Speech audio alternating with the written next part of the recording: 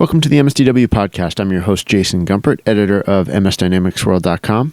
Joining us today is JC Quintana, author of several books, including CRM to the People, also Speaking Frankly about Customer Relationship Management, and the upcoming Serious Relationships, the 7 Elements of Successful Business Relationships, which is due out in June. JC is the founder and president of the Corporate Relationship Group, a consultancy that helps companies resolve business relationship challenges using relationship building methodologies.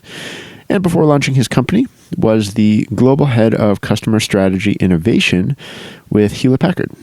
He has presented to the MSDW audience in the past, and recently he delivered the customer keynote at Extreme 365 in Lisbon. And he's here today to tell us more about customer strategies. JC Quintana, thanks for joining us today. Always a pleasure to be here with you, Jason. Yeah, great to have you with us. And I wanted to start by asking you about a recent keynote you did. So you were at the Extreme 365 event in Lisbon a month or so back. Can you describe some of the themes that you talked about to CRM Dynamics 365 customers at that event? That's right. We just came back from Lisbon at a wonderful event that I think was a combination of first part of the week, Microsoft partners, and second part of the week, it was users of Dynamics 365. Fantastic event, very well attended, and we had the opportunity to, on the partner side, talk about the evolution of the solution and how we're better integrating the psychology of relationship building into the way that partners deliver the product. And then on the user side, in the customer side, we talked in depth about the psychology of relationships, how relationships deteriorate, how relationships are built, and how it is that we can leverage technology to follow those patterns in a more meaningful way. Yeah, I mean, relationships are obviously key to what you think about in your writing, and I'm sure in your consulting as well. I understand that message had a good reception from the Microsoft team that was on hand at that event, the Dynamics 365 folks who were focused on CRM-related products. Can you share some of the feedback that you got about how it aligns with what you sense they're doing? Yeah, absolutely. So in terms of the evolution of the product itself, I think that was what was most or best received from my keynote was the fact that the 365 environment now allows you to be more conscious on the business process and then leverage different tools to integrate into CRM and able to accomplish that. And as you know, the conversation over the years has really been moving away from business, although we haven't really disconnected from the fact that we're all in business, of course, to do business and make money and decrease costs in order to be more efficient and generate more revenue. That hasn't gone away. It is what we're all in business for. But the conversation around customer experience has really increased. And so a lot of the feedback that came back from the event was the fact that technologists and technology vendors are becoming more conscious that they have to create and deliver products that their customers can then take and implement to deliver things like customer experience, like engagement, like the creation of value, like being more conscious of empathetic service, like building trust. And so even though we've been very conscious of that over the years, one of the things that I really emphasize is, and it's funny because you've heard me say this before in other podcasts and through the book, but I always tell people, why implement customer relationship management technology if you're not really focusing on the customer and you're not really focusing on managing your relationships with them? If that's the case, and if that's not what you're implementing, then why call it CRM? And why not ask what is that in fact you're delivering or using and implementing if it's not really the management of relationships through technology? So that was big. I think that really resonated. We had it up on a slide throughout the presentation, and you could see people tweeting, and in fact there were 4 or 5 people who tweeted it because that really had an impact. That very fact of, hey, if you're not really using CRM to manage relationships, then what are you using it for? Yeah, I mean, that's a question that really people should be able to discuss within their organization. When you say, I mean, it's not an accusation, is it? To a large extent, it's a practical question. Yeah, I think you're absolutely right. It's not an accusation as much as it is compelling people to rethink why it is that they're implementing CRM to begin with. Back in the days, when I was not implementing just Dynamics CRM, I was thinking transactionally. I was thinking in terms of how do we implement this technology that allows us to have a clear 360-degree perspective of what we're doing with customers. And the way we sold it and continue to sell it over the years, when we try to convince people to use it and buy it, is we say, hey, how embarrassing would it be that you're trying to go out to talk to a client, you get ready to make a phone call to them or do a presentation, only to find out that they're really unhappy with you. And how about would it be if you try to close a sale or pursue a prospect and you didn't know enough about them to be able to, or to keep from being embarrassed or to not proceed to the next stage in the relationship. And so our focus has always been, for the most part, very transactional, right? How do I put people in CRM in a way that I can follow the lead appropriately? I can convert that lead to a prospect, follow the sales process, manage the opportunity, generate invoices, and then eventually, as we transition on to the next stage of the relationship, how do we then connect what we did with them in the sales and opportunity management process? What are we doing with them once we pick them up on the other side, on the service side? And all along, what do we do with them in marketing, right? I want to be able to see all those transactions in one place because it makes me effective. But now the customer is saying, in a sort of a strange way, they're really saying, we don't care about how effective your processes are unless they lead to what's important to me.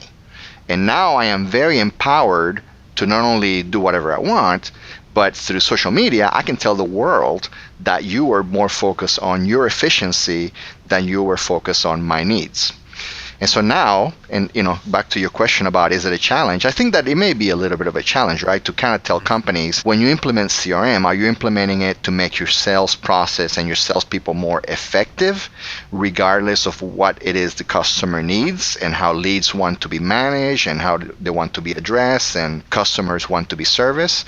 Are you doing it based on what they need, or are you doing it on your internal need to be better at your job?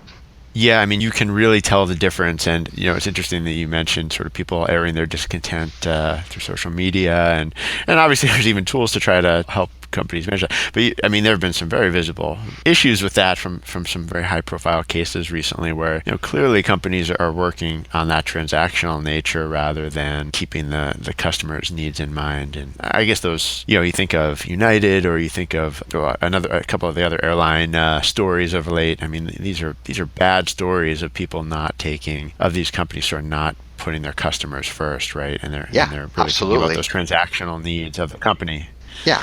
And we hear about all the bad things, right? You hear about the most recent United thing, and none of us know exactly what caused people or prompted people to react the way they did, or what policies were in place in order for them to end up in the place where they ended up. But there are certain things that are very clear to us, right? And amongst us is always the expectation that the person that we should have thought of 100% was that passenger, right? That perception and that expectation is something that we all share in common. And it just so happens that, in the United case, and I'm not judging one way or the other, but in the United case, that was really the ultimate verdict as to whether or not things were handled properly. How was the passenger treated? What happened with the passenger? In what ways should United have changed things in order to do right by that passenger? Regardless of what the passenger did or didn't do or their background, our expectation in business always goes back to, well, what did we need to do to make it right by the passenger or by the customer or by the constituent or whoever it is? Yeah, there was just so many elements of that went wrong. I don't want to spend the whole time here talking about that. But now you frame some of the ways that companies can approach this with 7 strategies, right? So you have a 7-strategy approach. Could you maybe quickly run through some of those and kind of give an overview of what that really looks like? Sure, absolutely. Well, there's a series of things that are a bit of a preamble to, specifically not only how do you manage business relationships, but really how should you be using tools like Dynamics 365 and CRM tools in general. How should you be using them in order to implement a methodology that is truly managing relationships? And these days I write exclusively and speak exclusively, and even in my role as a professor at Rutgers University, both executive courses that I teach there, are specific to how do you implement relationship methodology and psychology into the use of technology. So this is sort of my life, right?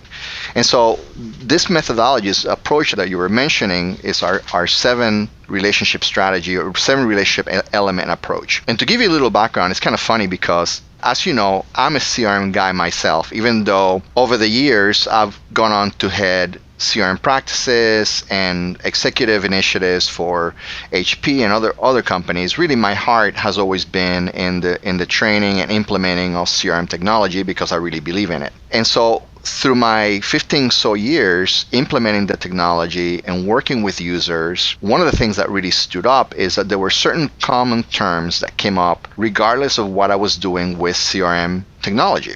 I could be doing requirements gathering, I could be doing technology assessment, I could be doing an inventory of their enterprise and what systems were connected to one another, or I could just be going straight in and implementing Dynamics and managing all the entities and components that allowed the customer to deliver their business process and create workflows and conduct business with it. And then even on the training side, when I was training, going through and kind of understanding the end users' use of the software, how they were using it for their daily lives as salespeople, marketers, and support people. And as I started explaining to people the most important aspects of managing these relationships with businesses and individuals through the use of technology, words really started to come out. I shared at the event in Lisbon that over the last 2 years that we've been building benchmark on this methodology, that we've gone through close to 1,500 words that are used in the business environment. And amongst those 1,500 or so words, it seems like the word value, the word engagement, the word centricity, the word service, the word support, the word transparency, and the word experience are amongst the most used and most applied words that we use, right? That we attach to technology. If you think about the term relationship itself, we have a technology stack that's called customer relationship management, CRM. In the call center world, when we really focus on things like chat and IVR and all the things that the customer uses to communicate with the company, things that we integrate with CRM like telephony, etc., we use the term customer engagement management. Back in the days, and you'll remember this, when Microsoft was really pushing hard for the use of CRM in retail, we were using the term customer centricity. And then the word customer centricity, or the term customer centricity, started sort of permeating a lot of our conversation around CRM. And of course, the terms customer support, customer service have been around for a long time. They're the terms that launch concepts about satisfaction and excellence and loyalty. The word transparency is something that 4 or 5 years ago, several books were written on the enterprise transparent or the customer transparent enterprise. And then most recently, the term experience is being used to identify the methodology, technology, and strategy that we're using or should be using to help us deliver on the promise of accessibility, functionality, and emotional connection for clients. And so the more conversations that we have about technology and the more conversations we have about the strategies that make it happen, the more we see those 7 words take the lead in what expectations are from the customer. And so that's what we've done. We've kind of filtered out all the noise of business words and terms and technology names and approaches, and we kind of filtered out all the noise. And when you kind of get rid of all that noise, what you hear the customer say very, very loudly is, we want you to give us what we need, we want you to make it easy, and we want you to connect us with your brand in these very specific areas of value, engagement, centricity, service, support, transparency, and experience. All right, excellent. And that last one, experience, was one I wanted to ask you about, and specifically this idea of And it's funny you mentioned customer centricity, because I do remember that sort of gaining steam a few years ago, but I actually didn't remember or connect it to retail. So that's an interesting observation there. With regard to experience, customer experience versus CRM, I know you've thought about this and what it really means to maybe change the focus of the conversation between experience and relationship. And the names keep changing. I mean, what are your thoughts on that? Is the idea of going to this discussion of customer experience, does it change the focus at all, or does it just sort of change the naming? The CRM versus CX conversation is very, very near and dear to my heart, because I hear it a lot, and I have to kind of give my opinion about it often. So, unfortunately, and this has happened as a result, this idea of even changing our conversation when we talk about CRM to label it as customer experience, has come as a result of what we ourselves have done to the term customer relationship management over the years. And you know what I'm going to say, very specifically, that we've turned the term CRM into a label for the technology. And so, because CRM is not just that, because CRM really is the idea of getting everyone in your company behind the commitment of making the customer the most important aspect of your business, and teaching people how to manage those relationships in a way that we can improve them and keep them from deteriorating, is really what's at the heart of CRM. I mean, it is no accident that the word relationship is at the center of it. But things being what they are, the reality of CRM is that, yes, when people say CRM, most people immediately think about the technology or software or solution that they're using at their company to manage your contacts, or to set up their sales cycles and pipelines, or the dashboards they use for looking at the sales for the month or for the quarter, or maybe what a customer service person is using to manage their cases. That really is where we've landed with this term CRM. And so if you come back full circle from the initial idea that CRM means managing relationships, to the evolution, and let's call it maybe the de-evolution of turning it into the terms that we use for software, that really created a huge gap. And so now we've had difficulty going back to that. Now we've gone back to the need to manage relationships and the need to do the right things in order for our customers to be loyal customers. And now we're using the term CRM for something else, and the term is so incredibly and strongly attached to the technology that we almost have no choice but to say, well, we can't call it that, but we still have a need for managing those things, so let's go ahead and use the term customer experience to do that.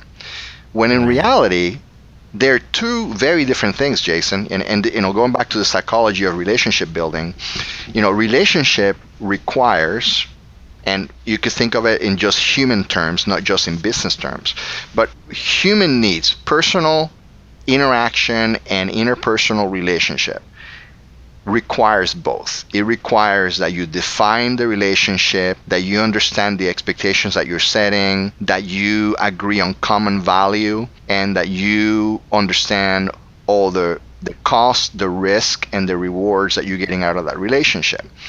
Well, that relationship would never have an opportunity to even start.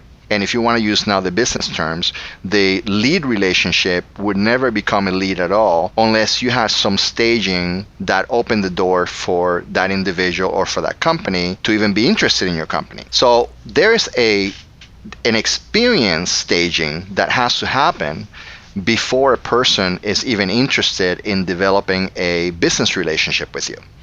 And that doesn't go away, right? Just like in personal relationships, you have to continually set the stage to make sure that people are getting what they need, that you're making it easy, and that they have an emotional connection and a feel of enjoyment within that relationship and interaction with you. You've got to continually set the stage. So the way that I define it is this. Customer relationship management is still the goal, but we really need to be connected to the initiatives and practices of staging what is going to take for that relationship to succeed, and that's what we call customer experience. And it's by no accident, by the way, that I keep using those three terms. Experience is defined by functionality, accessibility, and emotional connection. And it's those three things. In other words, did we give the customer what they needed? Did we make it easy? And did we connect them to our brand by having them enjoy interactions with us or just connect emotionally to our brand?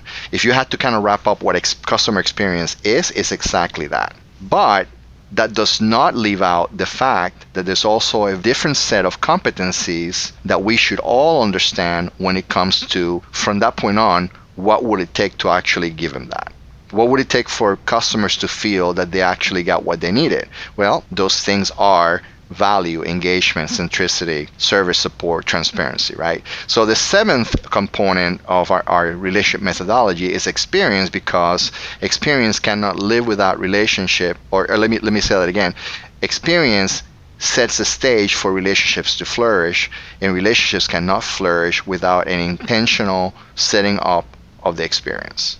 To take the term experience or talk about it a little further, what people call experiences when they're talking about customer experience, is there a risk with that it could really be transactional? Is that one of the things that you're concerned about right now, that those terms are maybe being conflated or somehow confused? Yeah, and I think that I do have a concern, and I think that concern is shared by a lot of practitioners globally, not only people implementing technology, but the people who are kind of setting the pace. Originally when, Harley Manning wrote, the book Outside In, and Kerry Bodine wrote the book Outside In, I think that they made a really, really strong argument for the fact that functionality, accessibility, and emotional connection are a much better way of determining things like loyalty, right? Things like saying, rate us based on customer excellence, and even Net Promoter Score is still not yielding the type of measurements that we had hoped. They're very general measurements. We can ask the question, how likely are you to recommend us to others? But then, the CX index is a much better measurement of being able to say, hey, when customers get what they needed, when we make it easy, and when we connect them emotionally, we have in that a much better way of determining whether they're going to tell other people about our business and they're going to stay longer as loyal customers. That matrix, that CX matrix and assessment, is a much better assessment than anything we've had over the years. But my concern, and this is really the heart of my concern, is that we think that is now everything, when the success of business relationships really lies on how we're managing the relationships from that point and up to that point. So I'll give you an example. And by the way, let me kind of quantify it by saying this. One of the things that I always say is that as long as you're managing the relationship aspect, skillfully, and that you are conscious of those three things that the experience manages, that you can pretty much call it whatever you want, right? You could call it CRM, you could call it right. CEM, you could call it CX. So that I do say that, and I want to make sure that everybody understands that.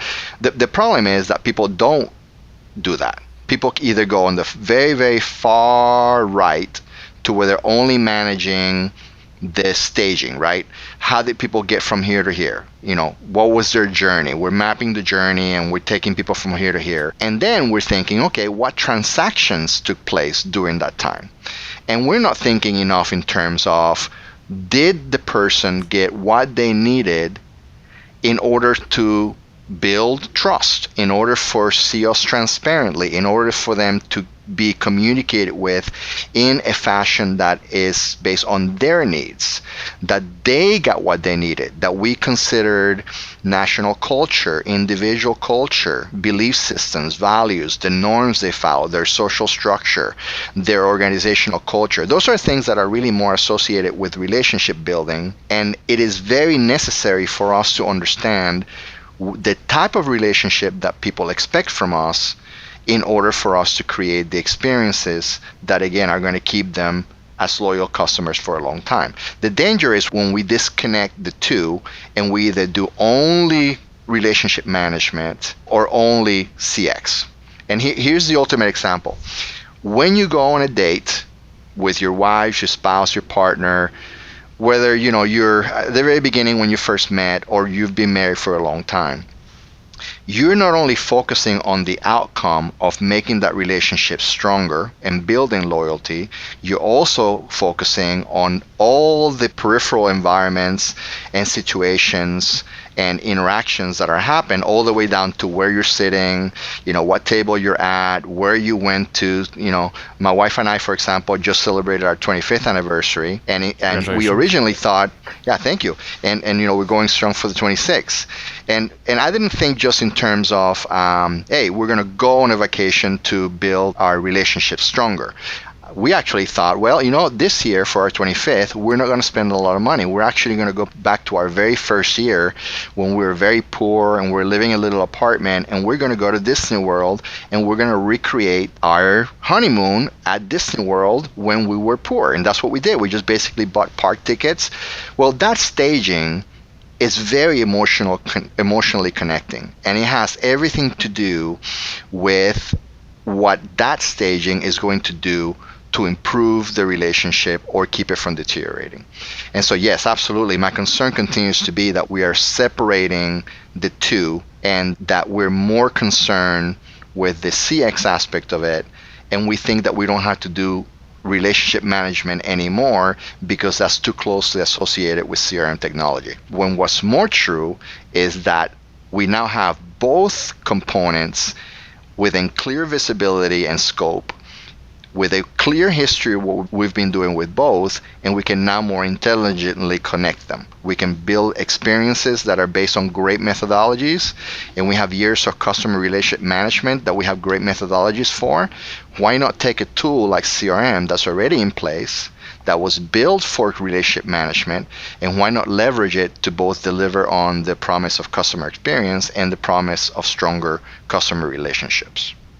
So I guess getting back to putting that in the context of the tools, are you seeing that improvements in tools, either in prices to make them maybe more accessible to a larger range of organizations, or just the ease with which they can be stood up? So that's an excellent question, and I think, and I have to applaud Microsoft, because I think that they, and I hear mixed comments about the way that the platform is now structured, how it's sold, how licenses are sold, etc. And that that has its own people can comment about that individually, but I had to praise Microsoft for moving in the direction of thinking more about the outcome than about the tool itself, right? So now we've moved to an environment where I can go back to the customer and say, if I'm a partner, I can say, how can we help you build stronger relationships with your customers?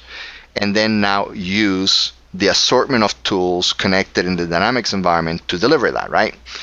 And for the user side, or for the customer side, I can now go back to my leadership in my executive team, or if I'm part of the executive team, I can go to my peers and I can say, let's not think about the tools as much. The tools are there, that connection to the things that we need are there. Let's focus more on what will it take for us to build stronger experiences with our customers by giving them great experiences. And now I can go back to the tool, right? So yes, I think that there will continue to be a need for improving the tools based on the demands of our customers and the change in culture and demographic and behavior.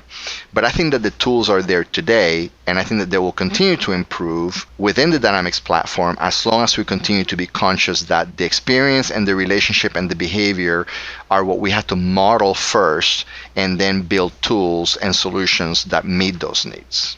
Yeah, I mean, one of the things I take away from the ideas that you put forward here is that there's some real skill involved, almost an art. It's sort of a combination of, there's an art and sort of an analytical sort of skill set that leaders of an organization need, whether it's a CIO or like an IT director, or maybe it's more broadly distributed, but it's sort of a set of skills that are required to have these kinds of conversations. And I think that's, my guess is that your background in organizational psychology, organizational behavior, informs a lot of what you think about that element of making some of these ideas sort of, convert to successful investments, right? Or successfully rolled out solutions within an organization.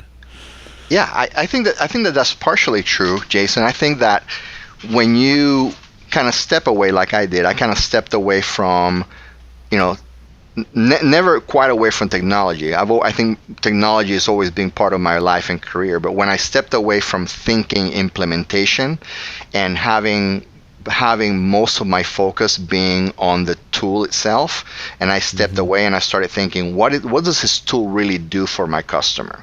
What does this tool really do for people? Then it kind of forced me to kind of learn that people behave in a certain way and that there's certain expectations that had to be met through the technology.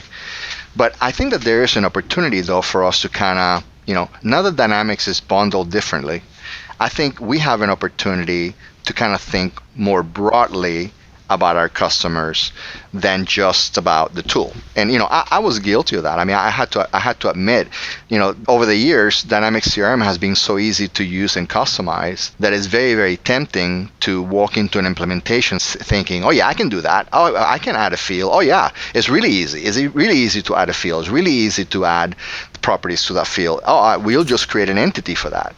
And so we become so enamored, and I don't mean to judge anyone, because again, I put myself in this place, and I think people, in your audience that are going to hear this and are hearing this, know what I'm saying, that you can become so enamored with this tool that is very tempting to just give customers, internal and external, whatever they want, right?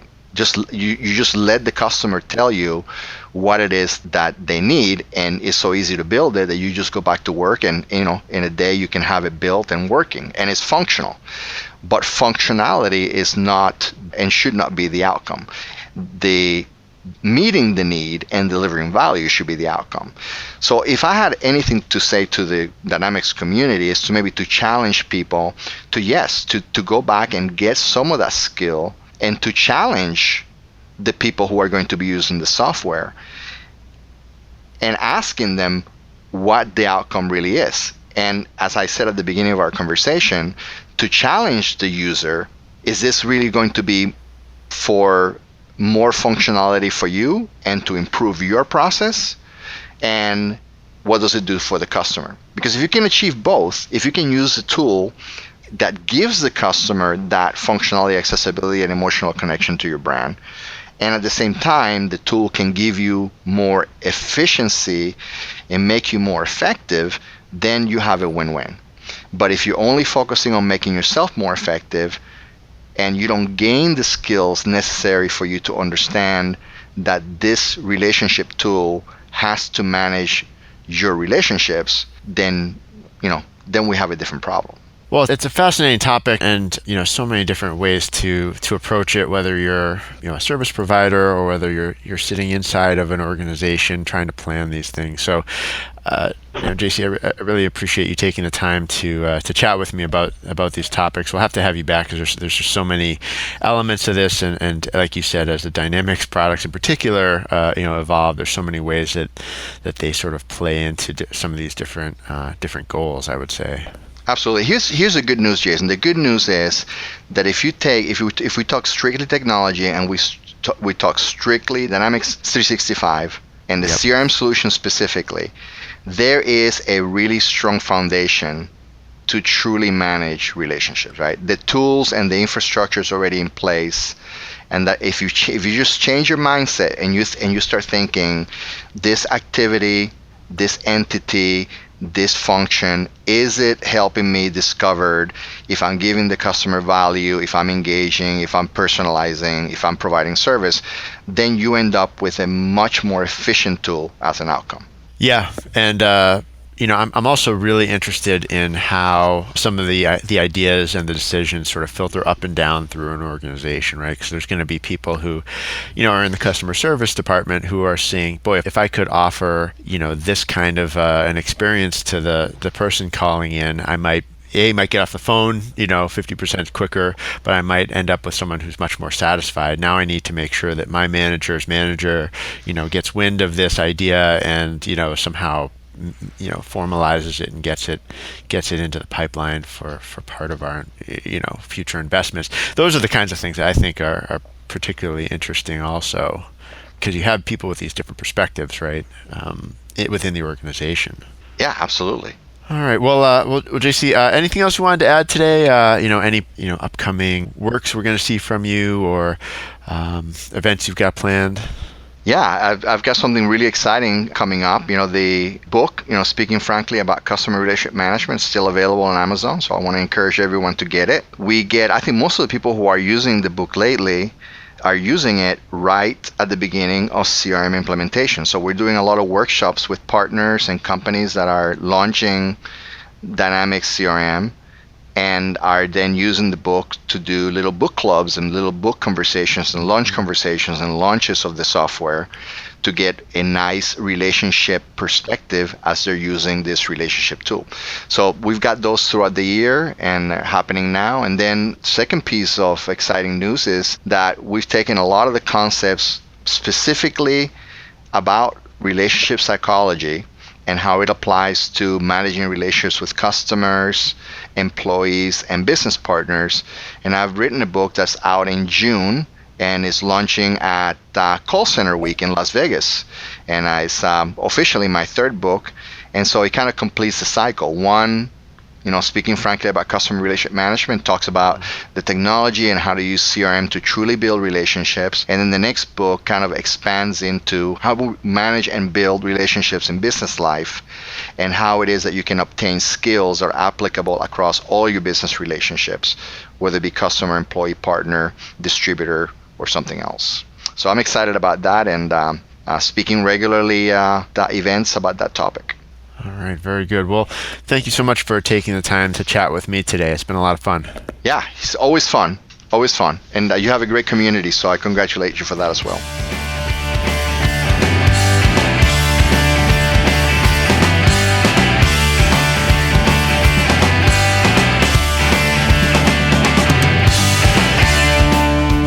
This has been the MSDW Podcast. Thank you so much for listening.